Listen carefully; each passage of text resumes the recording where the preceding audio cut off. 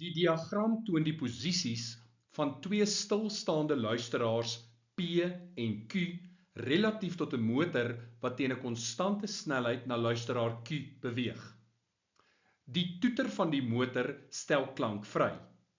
Luisteraars P en Q en die bestuurder hoor almal die klank van die toeter.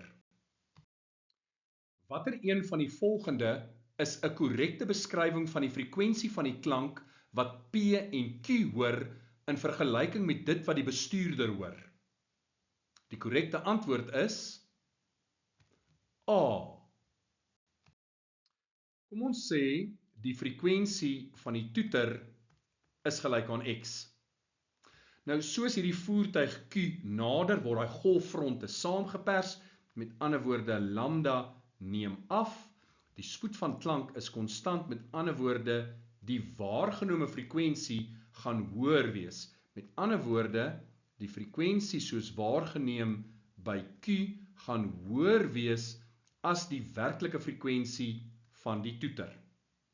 Nou net so as ons kyk na P, die voertuig beweeg weg van P af, die golflengtes neem nou toe.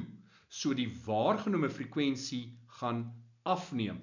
So die frekwensie soos waargeneem by P gaan laer wees as die frekwensie van die toeter. Met ander woorde, jy kan dit eintlik soos volg skryf. Die frekwensie van die toeter is laer as die frekwensie soos waargeneem by Q, maar hoër as die frekwensie soos waargeneem by P.